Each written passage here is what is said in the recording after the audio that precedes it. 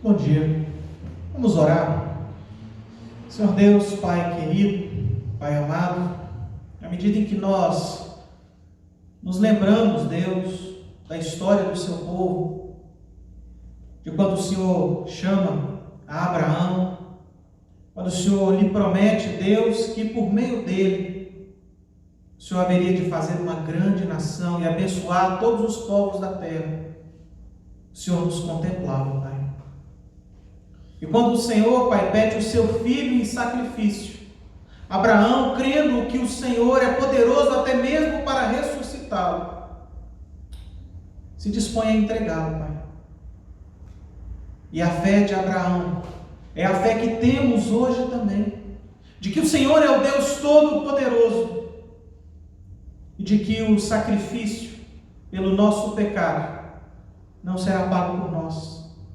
Mas assim como o Senhor enviou uma ovelha naquele dia a Abraão, o Senhor nos enviou Jesus Cristo, o Cordeiro de Deus, que tira o pecado do mundo e que nos traz a paz. Por isso, nessa manhã, nós te louvamos, Senhor. Te louvamos porque Jesus Cristo é o nosso Cordeiro. Jesus Cristo é aquele que foi imolado por nós, derramou o seu sangue em nosso favor, de forma que nós recebemos a fé e nos tornamos parte das promessas feitas a Abraão. E hoje somos parte do seu povo. Somos uma grande nação espalhados por toda a face da terra. E descansamos no Cordeiro. De fato, as nossas famílias têm sido abençoadas, Deus, por meio de Cristo Jesus. E por isso nós te louvamos nessa manhã. Por isso nós colocamos diante do Senhor os nossos corações, nos entregamos a Ti e desejamos glorificar o Teu santo nome, por meio do nosso canto, por meio das nossas orações e por meio do meditar na Sua palavra e da obediência a ela. Essa é a oração que nós te fazemos em nome de Jesus. Amém e amém. Nós vamos abrir a palavra de Deus no Salmo de número 13. Salmo de número 13. Nós vamos fazer a leitura desse salmo, que diz assim: Até quando, Senhor, te esquecerás de mim? Será para sempre? Até quando esconderás de mim o teu rosto? Até quando estarei relutando em minha alma, com tristeza no coração a cada dia? Até quando o meu inimigo se exaltará sobre mim? Olha para mim e responde-me, Senhor, meu Deus. Ilumina os meus olhos, para que eu não durma o sono da morte, para que o meu inimigo não diga: prevaleci contra ele, e não se alegrem os meus adversários se eu for abalado. Quanto a mim, confio na tua graça. Que o meu coração se alegre na tua salvação. Cantarei ao Senhor, porque Ele me tem feito muito bem. O salmista se descreve no momento de profunda aflição. A descrição que o salmista faz do seu estado de espírito é como se ele houvesse sido abandonado por Deus. Quando ele fala: até quando o Senhor se esquecerá de mim? É assim que o salmista se sente. Como se Deus se assentasse longe dele, no seu trono de glória, enquanto o salmista experimenta o sofrimento, a perseguição e a iminência da morte. Mas o salmista clama: olha para mim, ilumina os meus olhos. O salmista, na iminência da morte, pede para que Deus não permita que ele venha a morrer, para que os seus inimigos não se alegrem na sua vergonha. No versos 5 e 6, o salmista não diz que Deus atendeu a sua oração, mas o salmista diz: quanto a mim, confio na sua graça. O salmista reconhece a sua aflição, o salmista clama a Deus, e o salmista então diz: está tudo bem, mesmo que as coisas ainda não estejam muito bem, porque eu confio na tua graça, e o meu coração se alegra na sua salvação. Esse poderia ser um salmo de qualquer um de nós nesses dias, mas é um salmo do Cordeiro no dia da sua morte. Deus meu, por que me abandonaste? É o que Jesus Cristo sentia no momento em que recebia sobre si os nossos pecados. O abandono. Para que nós não experimentemos hoje o sermos abandonados por Deus, o clamor feito pelo salmista é o clamor de Cristo a nosso favor, que nós não venhamos a dormir o sono da morte. E de fato o Pai ouviu a oração do Filho e o trouxe novamente à vida, de forma que para nós, que somos o povo de Deus, nos resta cantar ao Senhor, porque em Cristo Ele nos tem feito muito bem. Eu te convido a se colocar de pé na sua casa, se você quiser, a se aprumar aí na cadeira, a se colocar numa posição que reflita a sua disposição de adorar a Deus.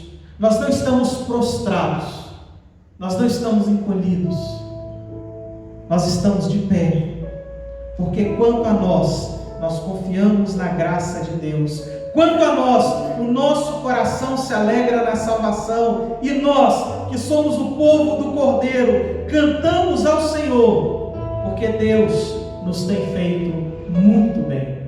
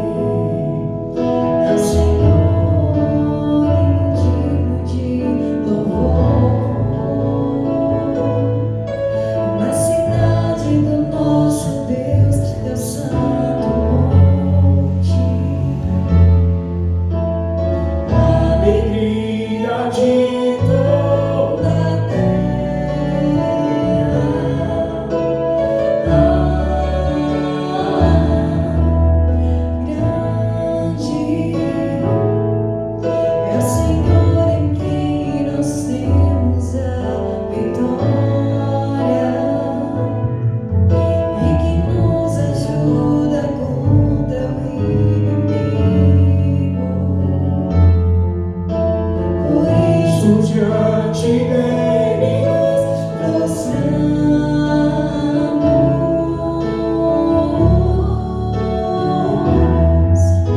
Queremos o teu nome engrandecer e agradecer-te por tua obra em nossas vidas. Confiamos em teu infinito amor, pois só tu és o Deus eterno sobre toda a terra. Pois só tu és o Deus eterno sobre toda a terra. Pois só tu és o Deus eterno sobre toda a terra e céus.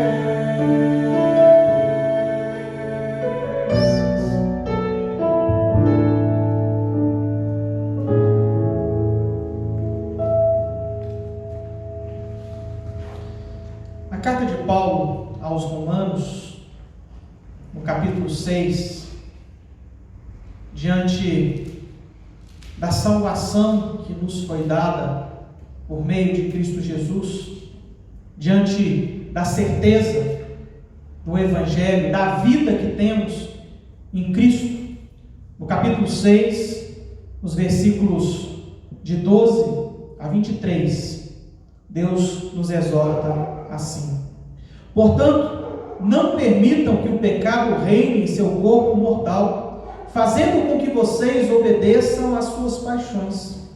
Também não ofereçam os membros do corpo ao pecado como instrumentos da injustiça, mas como pessoas que passaram da morte para a vida, ofereçam a si mesmos a Deus e ofereçam os seus membros a Deus como instrumentos da justiça.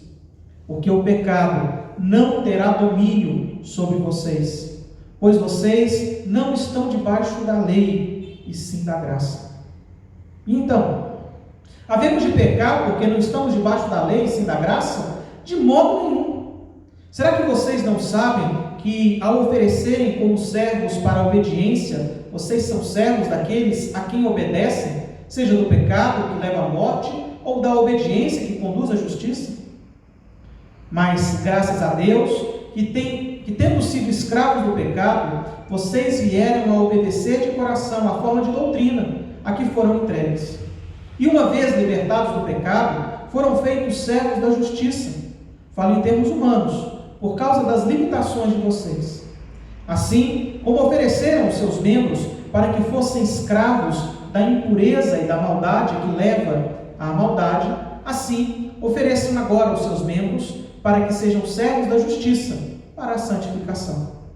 Porque quando vocês eram escravos do pecado, estavam livres em relação à justiça. Naquele tempo, que fruto vocês colheram? Somente as coisas que agora vocês se envergonham, porque o fim delas é a morte. Agora, porém, libertados do pecado, transformados em servos de Deus, o fruto que vocês colhem é para a santificação, e o fim, nesse caso, é a vida eterna. Porque o salário do pecado é a morte, mas o dom gratuito de Deus é a vida eterna em Cristo Jesus, o nosso Senhor. A palavra de Deus nos lembra que se nós fomos salvos em Cristo Jesus pela sua graça, nós já não pertencemos mais ao pecado e à morte. E se já não pertencemos mais ao pecado e à morte, então já não devemos mais viver como escravos do pecado e da morte, mas sim como escravos da justiça para a santificação e para a vida. É um convite de Deus para que possamos nos arrepender dos nossos pecados, para que possamos assumir um compromisso com uma vida de santificação a Deus, para assumirmos o compromisso de uma vida para a justiça. Não porque a nossa santidade nos salva, mas porque já somos salvos em Cristo Jesus para a prática das boas obras que Ele mesmo preparou para que andássemos nelas desde a eternidade. Feche os seus olhos, confesse a Deus os seus pecados, peça para Deus para que Ele te dê convicção, força, vigor, disposição para a prática da justiça e para a obediência em Cristo Jesus. para que nós possamos viver uma vida de santificação que nos leva à eternidade. Feche os seus olhos e vamos orar.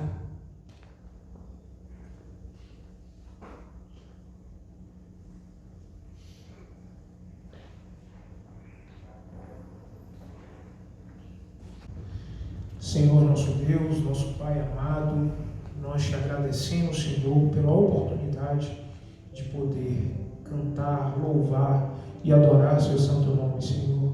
E dizer que o Senhor é maravilhoso, que o Senhor é grandioso, que o Senhor é soberano nas nossas vidas. Obrigado, Senhor, pelo privilégio de estarmos aqui nesta terra e podermos nos lembrar da sua maravilha sobre nós. Querido Deus, nós te pedimos uma bênção especial, meu Pai, sobre todas as famílias, sobre todos os lares dessa igreja, Senhor. Eles estão contritos e com pensamento no Senhor, porque nós cremos que nós não estamos juntos no tempo, mas nós estamos juntos em Cristo Jesus. Então, meu Deus, muito obrigado pelas maravilhas que o Senhor tem feito por nós. Muito obrigado porque o Senhor está presente a cada momento aqui. Então, Senhor, quando nós cantamos, quando nós louvamos, quando nós adoramos, nós queremos entregar de todo o nosso coração, de toda a nossa alma, tudo de bom que temos para o Senhor. Esse é o desejo dos filhos de Deus, esse é o desejo que nós temos. Muito obrigado por tudo, perdoa os nossos pecados. Isso que eu te peço, não que haja mérito em mim, Senhor, mas em nome de Cristo Jesus que morreu na cruz por nós. Amém.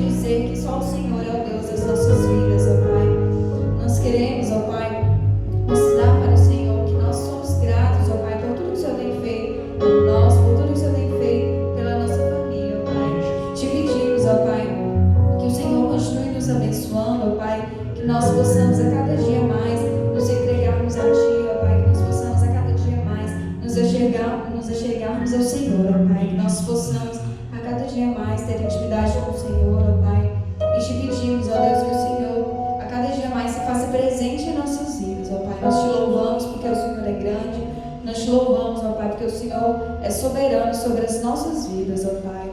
Em nome de Jesus, amém. Amém.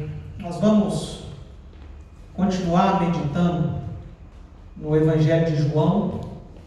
Nós vamos ler no capítulo 19, esse que é o penúltimo sermão da série na qual nós temos meditado nesse período de pandemia. Nós começamos falando a respeito da esperança da ressurreição. Depois nós voltamos no início, quando Jesus estava reunido com os seus discípulos, falando a respeito da sua partida. E nos últimos domingos nós temos meditado justamente sobre aquilo que está entre o discurso de Jesus falando que ele morreria e a sua efetiva ressurreição, que é o período da traição, do julgamento. E nessa manhã nós veremos a crucificação de Jesus e no próximo domingo o seu sepultamento, a sua morte e o seu sepultamento. Vamos ler em João, então, o capítulo 19. Eu vou fazer a leitura do versículo 16 também, para que nós possamos compreender aqui o contexto como um todo. Então Pilatos entregou Jesus para ser crucificado e eles o levaram. Jesus, carregando ele mesmo a sua cruz, saiu para o lugar chamado Calvário, Gólgota em hebraico. Ali o crucificaram, com ele outros dois, um de cada lado, e Jesus no meio. Pilatos escreveu também um título e colocou no alto da cruz. E o que estava escrito era: Jesus Nazareno, o Rei dos Judeus.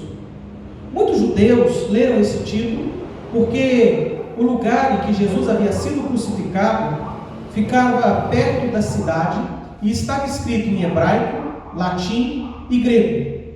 Os principais sacerdotes disseram a Pilatos: não escreva Rei dos Judeus, e sim, ele disse: sou o Rei dos Judeus. Pilatos respondeu: o que escrevi, escrevi. Os soldados, pois, quando crucificaram Jesus, pegaram as roupas dele e dividiram em 4 partes, uma parte para cada soldado, e pegaram também a túnica. A túnica, porém, era sem costura, toda tecida de alto a baixo.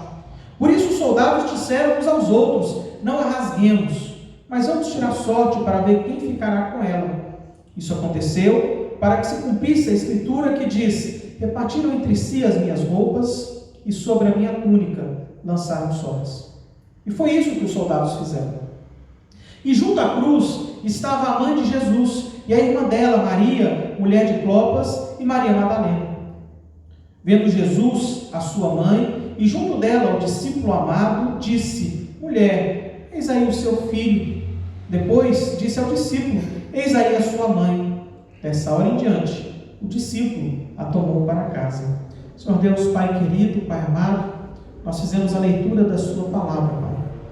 Fizemos a leitura do relato daquilo que aconteceu com o nosso Senhor naquele dia, Pai. Porém, muito mais do que mero relato, que o seu Santo Espírito ilumine os nossos corações e as nossas mentes, para que possamos perceber toda a realidade espiritual por trás daquele dia. Essa é a oração que nós fazemos em nome de Cristo Jesus. Amém e amém. Quando nós começamos a meditar na morte de Jesus, na sua crucificação, na sua morte, no seu sepultamento, aqui no Evangelho de João, é importante que nós tenhamos em mente aquilo que aconteceu imediatamente antes da sua crucificação. A saber, o fato que João, por meio da descrição do julgamento de Jesus, estabelece uma verdade nos nossos corações e nas nossas vidas. É um inocente que havia sido condenado à morte. E esse ponto é bastante importante na maneira como João relata todo o julgamento de Jesus, diversas vezes registrando o julgamento de Pilatos, que diz: ele é inocente, não encontro nele pecado algum. Assim, quando nós terminamos o episódio do julgamento de Jesus, nós nos deparamos com um rei que conquista o seu reino não pela força, mas conquista o seu reino na sua disposição de morrer pelos seus discípulos. O relato da crucificação e da morte de Jesus, muitas vezes é lido por nós, então, como se fosse algo da terceira pessoa, um relato que descreve fatos enquanto nós estamos ali de longe, observando e verificando esses fatos. Mas no Evangelho de João, esses relatos são muito mais pessoais. Nós precisamos nos lembrar que João afirma que ele estava lá quando Jesus foi julgado. E novamente, João afirma que ele estava presente na crucificação de Jesus, assim como também na sua morte. Se nós olharmos lá no versículo 35 do capítulo 19, João diz assim: aquele que viu isso, se referindo a si mesmo, ele dá testemunho. E o testemunho dele é verdadeiro. João quer que os leitores do seu evangelho saibam disso. Ele é testemunha em primeira pessoa daquilo que aconteceu. E ele sabe que diz a verdade. E João afirma: o que ele diz é verdade, mas tem um propósito, para que você também creia. Em outras palavras, João, que estava presente ali na morte de Jesus, na sua crucificação, na sua morte, no seu sepultamento, afirma que por causa daqueles fatos que ele testemunhou, ele creu em Jesus Cristo como Filho de Deus. É como que se João nos dissesse que, olha, lá na introdução do meu evangelho, quando eu digo o verbo se fez carne e andou no meio de nós, eu afirmo isso, eu afirmo que Jesus é o verbo encarnado por causa daquilo que eu vi nesses últimos momentos da vida de Cristo. Por isso, na medida em que nós meditamos na crucificação de Jesus, eu gostaria de te desafiar a, assim como João, olhar esses momentos com os mesmos olhos que João teve. E assim como João creu em Jesus Cristo, e isso o fortaleceu, e isso lhe deu a salvação, e isso fez dele um verdadeiro discípulo, que nós também, na medida em que olharmos para a morte de Jesus e pudermos compreender a dimensão teológica desse momento na história, nós possamos ter também a nossa fé firmada em Cristo Jesus. Porque na medida em que João observa Jesus Cristo sendo morto, ele percebe que não se trata de mero mestre ou de mero profeta. Ele percebe que não é simplesmente a ilusão de um Deus fingindo ser homem. Ali, naquele momento, ele enxerga o verbo que se fez carne para entregar a sua vida por amor de nós. Jesus Cristo, o verbo que se fez carne para entregar a sua vida por amor a nós. Um Deus que assume a natureza humana, conforme aquilo que havia sido prometido pelo Pai ao seu povo no Antigo Testamento, e que agora se cumpre na pessoa, na vida e na obra de Jesus Cristo. Cada detalhe da sua morte evidencia que ele de fato é o Messias prometido. Ele é o Rei que reinará eternamente sobre as nossas vidas e sobre os nossos corações. E João nos mostra isso, para que, a exemplo de João, nós possamos crer que as promessas de Deus para o seu povo se cumpriram em Jesus, e crendo nisso, nós possamos ter a vida eterna. Por isso eu te convido nessa manhã a olharmos para a crucificação de Jesus com os mesmos olhos que João, o discípulo amado, dirigiu para aquele momento, naquele dia específico. No versículo 17, João diz que Jesus, carregando ele mesmo a sua cruz, saiu para um lugar chamado Calvário. É interessante que Jesus, enquanto esteve no seu ministério, afirmou que ele, o Filho do Homem, não tinha sequer onde repousar a sua cabeça. Ele fala que os animais têm os seus covis, mas ele não tinha nada. A única coisa que é atribuída a Jesus, portanto, é uma cruz. Naquele dia, Jesus carregou a sua cruz. A cruz que pertencia a ele. Quando Jesus nasce, ele nasce em uma estrebaria. Ele não tem berço, ele não tem lugar, ele não tem quarto. Ele nasce sem nada. Jesus é filho de um humilde carpinteiro. Não é homem de posses, não é homem de riquezas. Embora seja da descendência de Davi, não se assenta no trono de ouro. Não possui vestes de linho puro. É um andarilho. Caminha sem rumo aos nossos olhos, mas pelos planos de Deus, caminha do nascimento para a morte, sem pegar nada para si. Não adquire posses, não adquire bens, não se apega a nada, e a única coisa atribuída a Jesus é a sua cruz.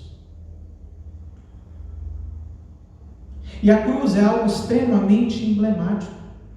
Não só para os romanos naqueles dias, mas a ideia de ser pendurado no madeiro está acompanhada com a noção de maldição para o povo de Deus. Maldito todo aquele que for pendurado em um madeiro. E mais do que isso, quando o povo de Deus desobedece ao Senhor e serpentes começam a morder o povo de Deus e lhes trazer a morte, Deus ordena que Moisés construa uma serpente de bronze e a pendure no alto, e todo aquele que vê a serpente é salvo.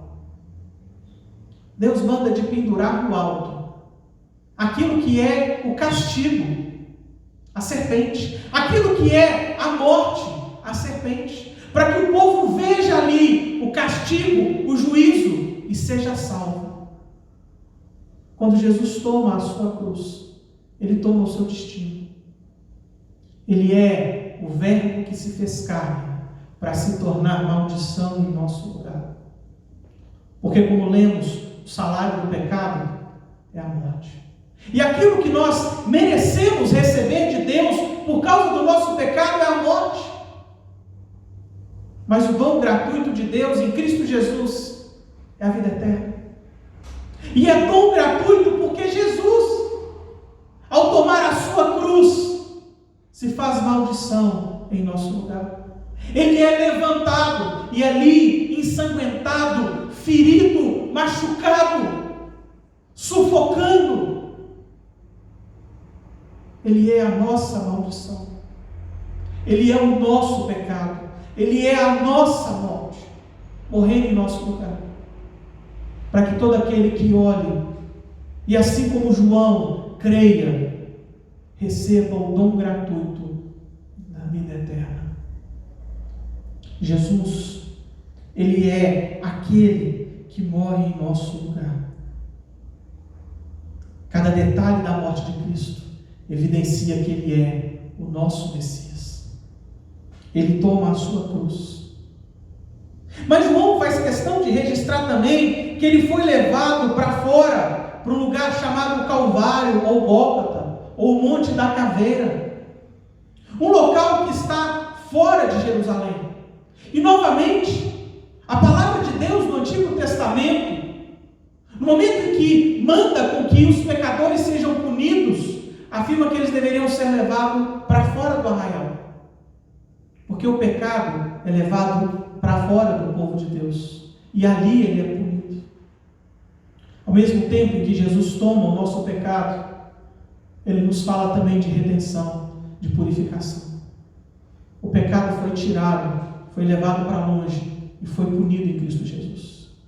Para você que é povo de Deus, que crê, os seus pecados foram ali pagos, foram punidos. Ele foi morto e ele morreu por você. Ali o crucificaram, ele e outros 2, um de cada lado e Jesus no meio. O livro do profeta Isaías descreve a vinda do Messias. Ele fala de que Jesus seria contado ali entre transgressores, mas fala também do resultado da vinda do Messias. João percebe ali Jesus contado entre transgressores, e João percebe que ali se cumpre a profecia de Deus, de que o Messias estava ali diante dele. E se o Messias estava ali diante dele, então o restante das promessas de Deus também se cumprem. O povo haveria de ser restaurado, o povo haveria de experimentar alegria. João vê Jesus contado entre transgressores e percebe que ele é o Messias de fato. Além disso, Pilatos coloca um título sobre a cruz de Jesus, o Rei dos Judeus. E isso traz escândalos às autoridades. Afinal de contas, elas pedem, olha, escreva que ele disse que é o Rei dos Judeus. Mas Pilatos fala, olha, o que eu escrevi, eu já escrevi. O julgamento que eu fiz, eu já fiz. A sentença que eu proferi, eu já proferi. Ele vai ser crucificado como Rei dos Judeus. E é fácil de entender por que é que as autoridades não aceitaram isso. Porque o título colocado ali sobre Jesus seria jocoso sobre as autoridades. Afinal de contas, ou eles mataram o inocente, ou eles rejeitaram o seu rei. E nós sabemos que as duas coisas são verdade. Eles mataram o inocente e rejeitaram o seu rei. Mas o título que Pilatos coloca sobre Jesus é a conclusão a respeito da pessoa de Cristo. Ele é o Messias. Ele é o Rei. Por isso João quer deixar claro, embora tenha sido ofensivo esse título para as autoridades, ele é um título verdadeiro. Jesus é o Rei dos Judeus. Ele se entregou por você, por mim. Ele foi rejeitado pelas autoridades que achavam que precisavam de um outro rei, talvez de uma autoridade política, militar. Mas Jesus ali pregado na cruz nos mostra o tipo de rei que nós precisamos, o tipo de Messias que nós precisamos.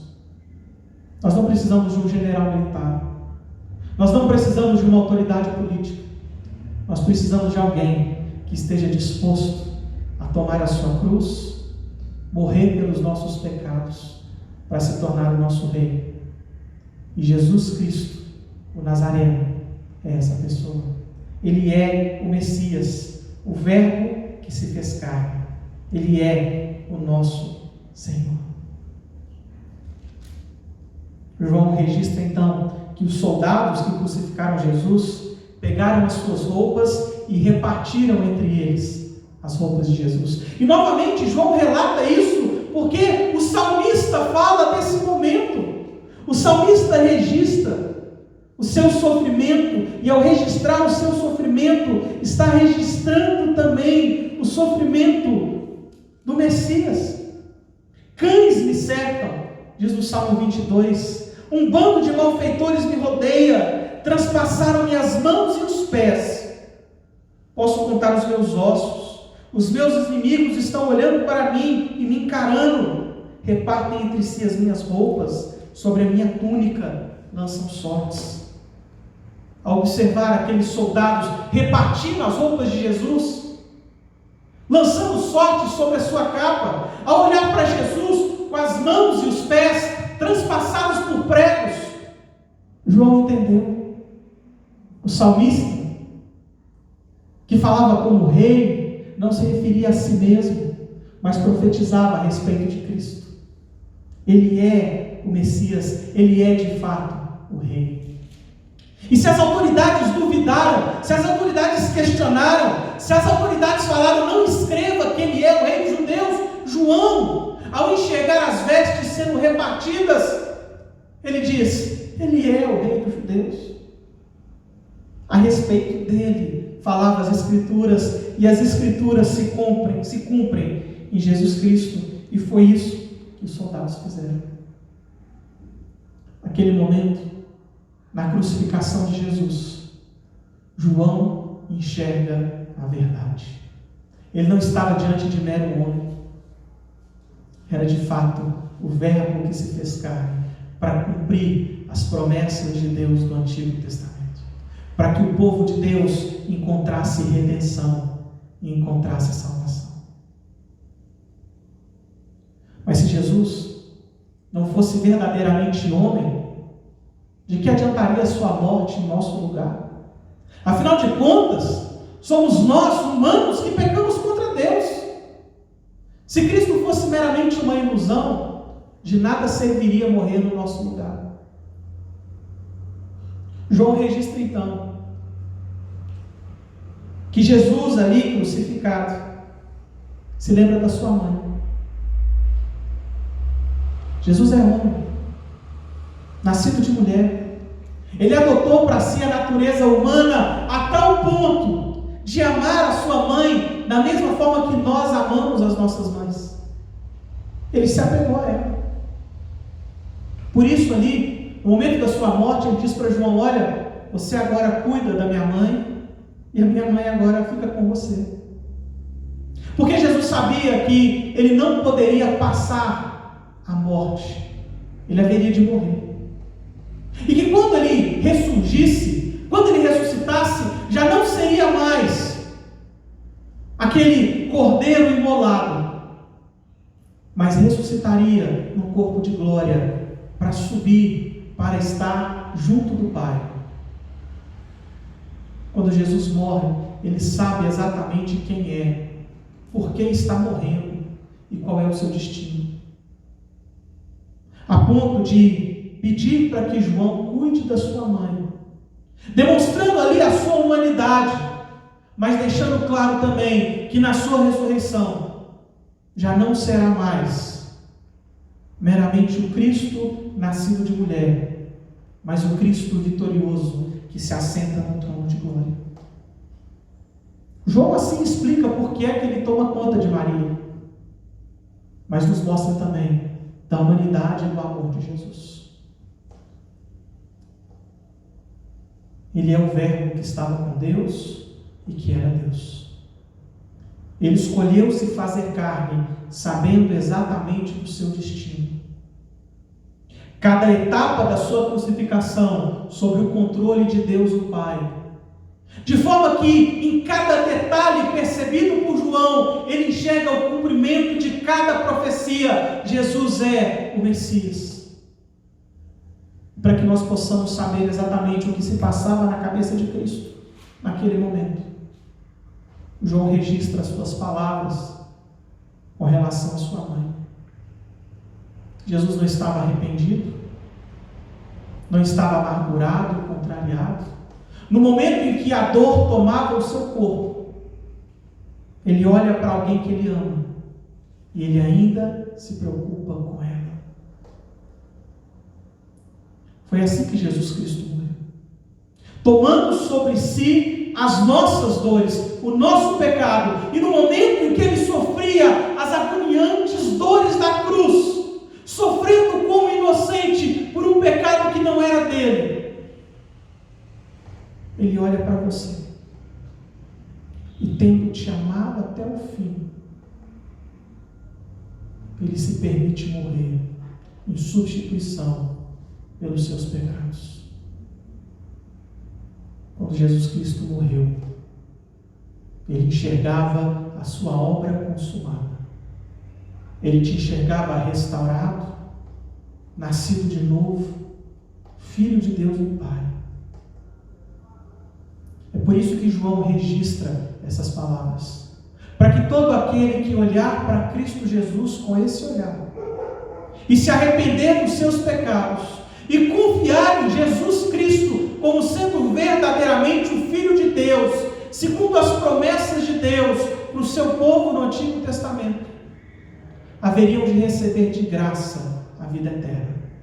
E por isso, embora a morte do Cordeiro seja dura aos nossos corações, é também para nós motivo de alegria, porque o Cordeiro de Deus se entregou por nós, para nos lavar dos nossos pecados. E enquanto Ele morria, o seu coração, a sua mente, não murmurava, não se arrependia, não se amargurava do seu destino,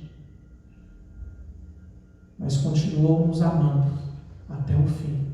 E deu testemunho disso nas palavras que dirigiu a respeito da sua mãe. Vamos orar.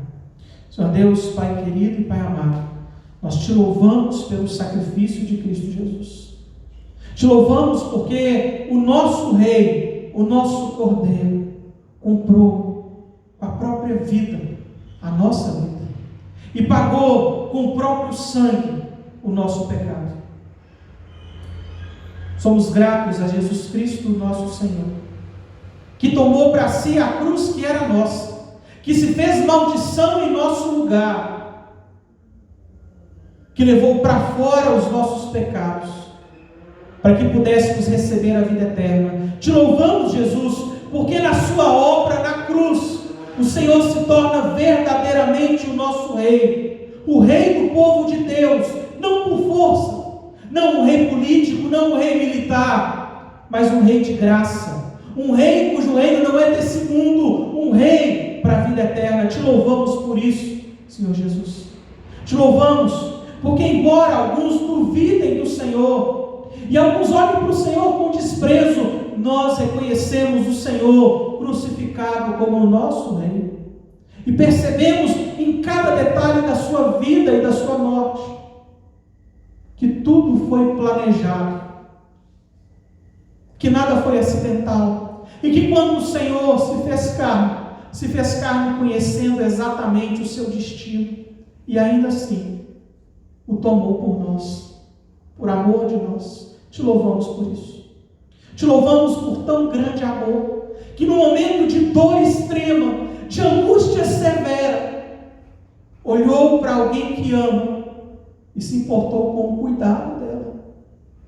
Te louvamos porque, ao vermos o seu cuidado, Senhor Jesus, para com Maria naquele momento, percebemos que o amor do Senhor e o seu cuidado também estão sobre nós. E se o Senhor tomou sobre ti o nosso pecado e a dura cruz para nos salvar, quanto mais agora estamos seguros do seu cuidado e da sua provisão sobre as nossas vidas. E por isso nós te louvamos, certos de que o amor, o grande amor de nosso Deus o Pai, que as misericórdias e a obra consumada de Deus o Filho e as consolações do Santo Espírito de Deus estão sobre a vida de todo aquele que, se arrependendo, crê em Jesus Cristo para a vida eterna. Fortaleça a nossa fé, Senhor Jesus, em nome de Cristo Jesus. Amém? Amém. Deus te abençoe, derrame graça sobre a sua vida, que você possa olhar para o Cristo crucificado e perceber nele poder infinito e amor infinito na sua vida, e que isso te fortaleça ao longo dessa semana, em nome de Cristo Jesus.